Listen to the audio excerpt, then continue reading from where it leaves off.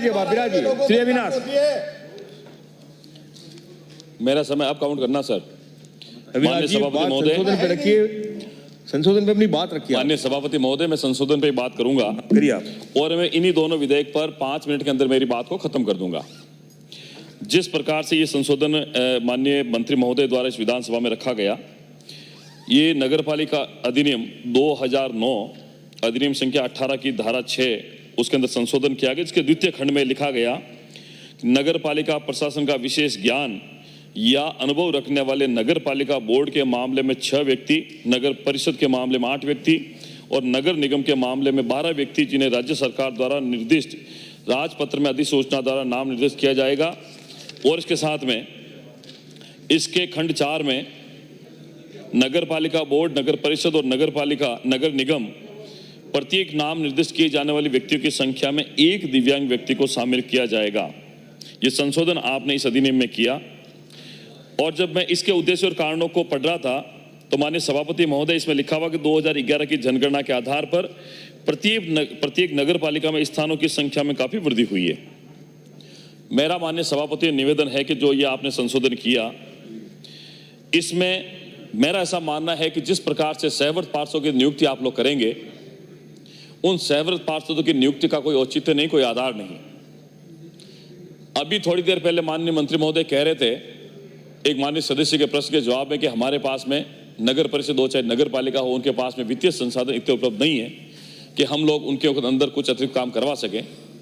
और ये हकीकत है कि राजस्थान प्रदेश की नगर पालिकाओं में वित्तीय संसाधन कम है, सफाई कर्मियों का वेतन मिलता नहीं है, उनके जो स्टाफ है उनका वेतन मिलता नहीं है। और इस स्थिति में अगर आप लोग ने सहवर्त पार्षदों की संख्या बढ़ाई और छोटे छोटे वार्डों में जहां 20 की नगर पालिका है, कहीं 25 की है, वहां आपने 6 सहवर्त पार्षद को कर दिया, मैं समझता हूं कि ये ठीक नहीं है। इसको वापस लिया जाना चाहिए और किसी प्रकार की जरूरत नहीं, क्योंकि लोकतंत्र में सबसे बड़ा अधिकार होता है वोट देने का, मत देने का। जब किसी नगर पालिका में किसी नाम निर्दिष्ट व्यक्ति को, उस सहवर्त पार्षद को वोट देने का अधिकार नहीं होगा, तो उसको लेने से, उस नगर पालिका बोर्ड में अपनी राय रखने से क्या मतलब होगा।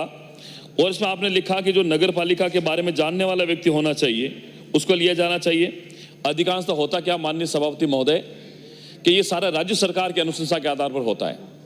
मेरा यह सुझाव है कि जो राज्य सरकार नाम निर्देशित करती है, ये उन्हीं नगर पालिका के बोर्डों को, जो स्थानीय बोर्ड होते हैं, उनको ये अधिकार दिया जाए कि जहां जिसका बोर्ड होगा उस बोर्ड के आधार पर, पहले तो इसको लिया जाना जरूरत नहीं है, लेकिन फिर भी अगर आप ये बिल पास करते हैं, ये विधेयक पास करते हैं, तो उनके अंदर स्थानीय नगर पालिकाओं को भी अधिकार दिया जाने से राज्य सरकार की बजाय। और इसमें जो आपने एक दिव्यांग का उसके अंदर लिखा, मैं चाहूंगा कि उसमें एक SC/ST का व्यक्ति भी हो, एक महिला भी हो। इस प्रकार का एक वर्गीकरण करें ताकि सब वर्गों का समावेश उसके अंदर हो। नगर पालिका के पार्षदों का वेतन पिछले काफी वर्षों से बहुत कम है। मैं चाहूंगा माननीय मंत्री महोदय से कि आने वाले समय में आप इन नगर पालिका के पार्षदों का वेतन भी बढ़ाएं, ताकि ये नगर पालिका में बड़े मुश्किल से जीत कर आने वाले जो पार्षद हैं, उनका भी गुजारा अच्छी तरीके से हो सके। इसके साथ माननीय मंत्री महोदय, आपने एक दूसरा विधेयक, राजस्थान विद्या संशोधन विधेयक 2021 को आपने पारित किया। मैं इस विधेयक पर भी बोलना चाहूंगा। इसमें आपने मुख्य रूप से 2 या 3 संशोधन किए। मैं कुछ सुझाव इस विधेयक के संबंध में माननीय मंत्री महोदय देना चाहूंगा कि आपने राजस्थान नगर सुधार अधिनियम 1959 में संशोधन कर इसकी धारा 60ख अंतर स्थापित कर जो संशोधन किया, उसके प्रस्तावित संशोधन या उसके सुझाव के रूप में मैं आपसे निवेदन करना चाहूंगा कि धारा 60ख, अच्छा बोल नहीं सकते, काउंट कर लेंगे साहब इसी में। मेरा निवेदन रहेगा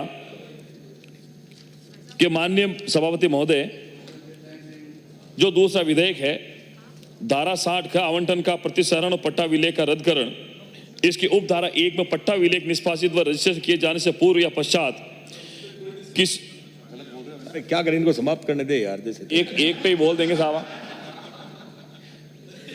माननीय सभापति महोदय, मैं ये चाह रहा था कि मैं दोनों विधेयक पर मेरे 5 मिनट में मेरी बात खत्म कर दूं, लेकिन चलो कोई बात नहीं। मैं तो इतना ही कहूंगा माननीय सभापति महोदय कि ये मैंने कहा है, उन संशोधनों को, उन सुझावों को लागू कर इस विधेयक को 3 महीने के लिए जनता के जनमत जानने हेतु परिचालित किया जाए।